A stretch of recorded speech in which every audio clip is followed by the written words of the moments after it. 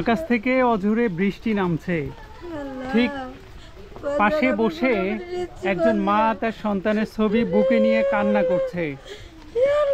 গত বছর জুলাই আন্দোলনে দেশের জন্য যুদ্ধ করে মৃত্যুবরণ করেছেন শহীদ আরিফুল। সে আরিফুলের মা তার ছবি বুকে ধারণ করে নিয়ে কান্না করছেন।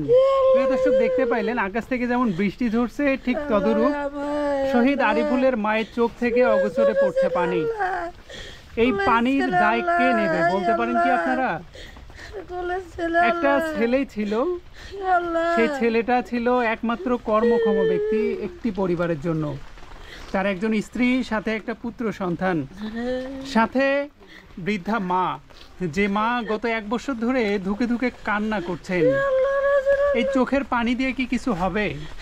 প্রিয় দর্শক, আজকে যেখানে আমি এসেছি ঠিক সেই বাড়ি দেখেন একদম ভঙ্গুর অবস্থায় পড়ে আছে।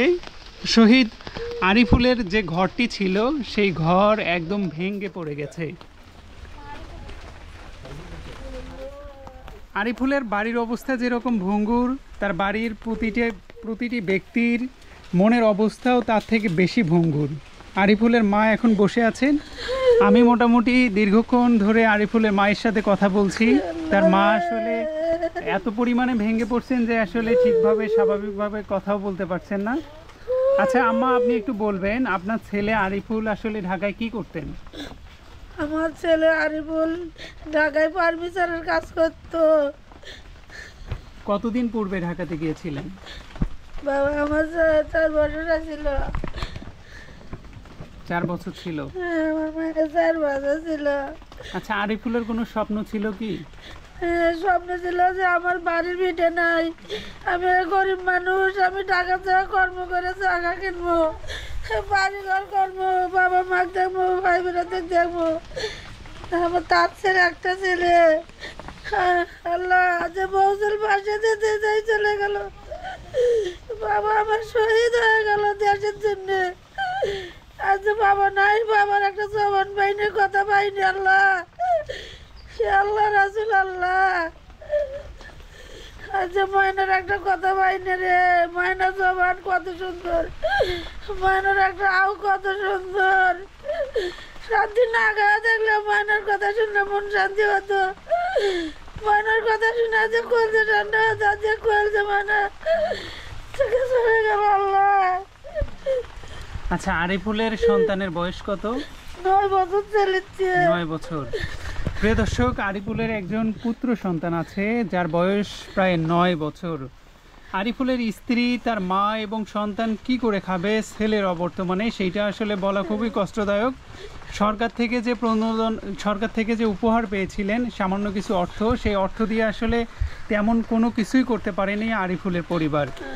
আরিফুলের যে বাড়ির অবস্থা, এই বাড়ির অবস্থা আসলে খুবই খারাপ। এই রকম একটা বাড়িতে সুস্থ স্বাভাবিক মানুষের বসবাস খুবই কষ্টসাধ্য।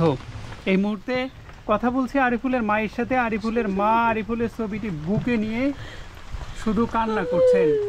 তার চোখের পানির মূল্যটা আসলে কে দেবে? দেশের জন্য যুদ্ধ করে যে আরিফুল চলে গেলেন অল্প বয়সে, সে আরিফুলের পরিবারকে কে দেখবে এখন?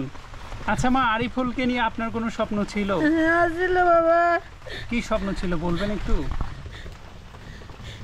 মাইনা চলেছে, 18 বছরের ছেলে আমার, 4 বছরে টাকা দিয়েছে, বাড়ি ভিটে নাই দেখে, তাই জায়গা কিনবি, বাড়ি ঘর করবি। বাবা খুবই গরিব মানুষ বাবা, আমার বাড়ি ভিটে পর্যন্ত নাই বাবা।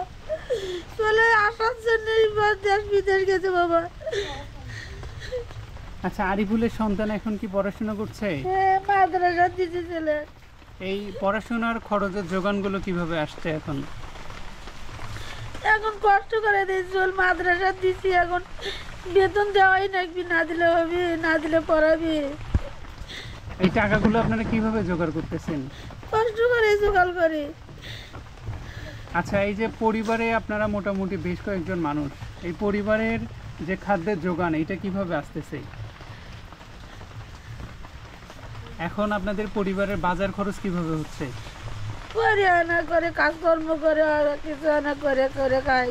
প্রিয় দর্শক, আরিফুলের পরিবারের পাশে আপনাদের প্রত্যেককে এগিয়ে আসার আহ্বান করছি। আজকে এ পর্যন্তই। ভালো থাকবেন, সুস্থ থাকবেন। আসসালামু আলাইকুম।